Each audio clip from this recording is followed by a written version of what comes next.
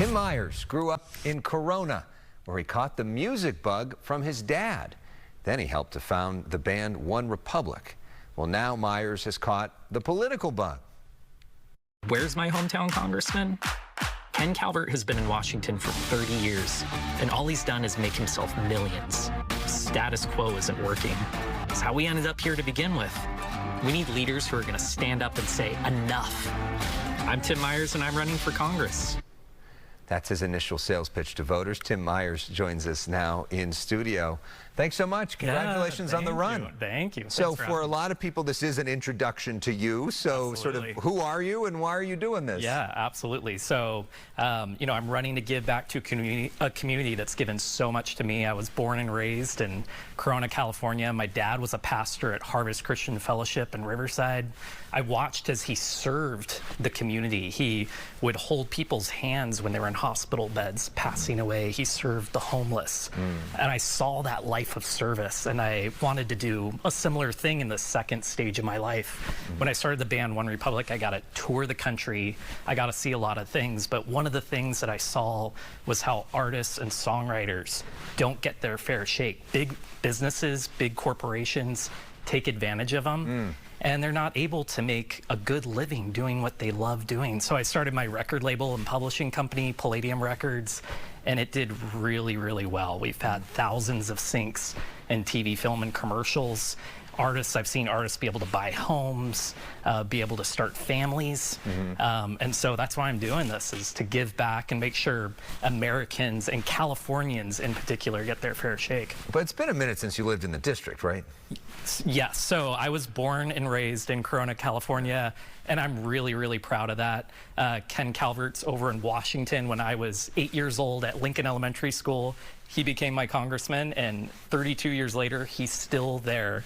But no, I don't live in the district, and my kids are in schools in Los Angeles, and we chose as a parental decision not to take them out of school and everything. But I'm going to be spending, and I've spent so much time in Riverside County, and going to be continuing to spend a ton of time in the district. And we're just looking at a map of the district. Includes much of Riverside County, includes Corona, your hometown as well.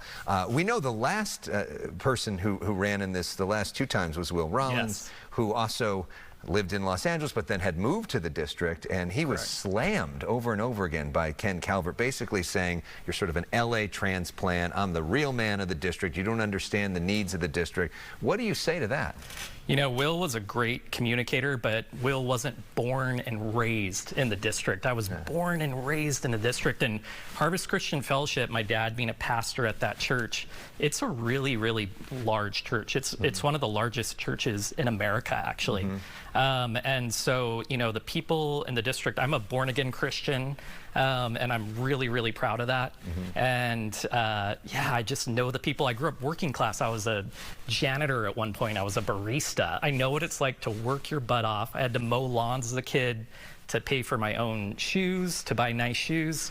So I know what it's like to work hard, and I think that's the major difference between us. One thing we don't see a lot of in Congress is musicians. We see a lot of lawyers who know how to talk over and over again. And by the way, I heard politics and music are some of your favorite things. Yes, so I'm glad we did I like both. So let's talk about the mix between the two. As we look at some pictures of you doing music, we think of Sonny Bono, who represented nearby district in Congress many years ago. How has that life, your time as a musician, as a songwriter, actually prepared and shaped your worldview and maybe gotten you ready for Congress? Absolutely. I've been able to work with literally thousands of different people, and, you know, struggling artists that all they want to do is just make a living doing music, even if that means just being able to afford an apartment and to pay for groceries and put gas in their tank. You know, they want to pursue that American dream. And a lot of people in California right now are really, really struggling. Things are really unaffordable. I have so many friends, I'm sure you do too, moving to Nashville, to Austin. They're moving out of the state because it's completely unaffordable. Millennials should be able to buy a home in the state. So I want my friends to be able to buy a home. I want them to be able to put gas gas in the tank. That's why I'm running, and I'm excited to be doing this. You know, Ken Calvert would say a lot of that is the fault of the Democratic supermajority and the Democratic governor. But if you're elected and you're in Congress, and Congress would probably be very close, and you'd be a new member, what would you specifically do on the issue of affordability? What specific changes would be priority number one? You know, we're going to be posting those things really, really soon here on timmyersforcongress.com, and I urge a lot of people to tune in to our website as we post more things about this issue. I also would love for people to give. If this message right now is resonating with them about unaffordability in California, how it's unaffordable, please give. Help us flip this district so that we can make our state better. Okay, and we'll have to have you come back and we can I would absolutely dive love deeper into some of the issues. Yeah, thank you so much. Thanks so much. Good luck Appreciate out there it. on the Thank you. campaign trail. Thank you. And we've talked with Congressman Calvert many times before, and we welcome him to come back as well.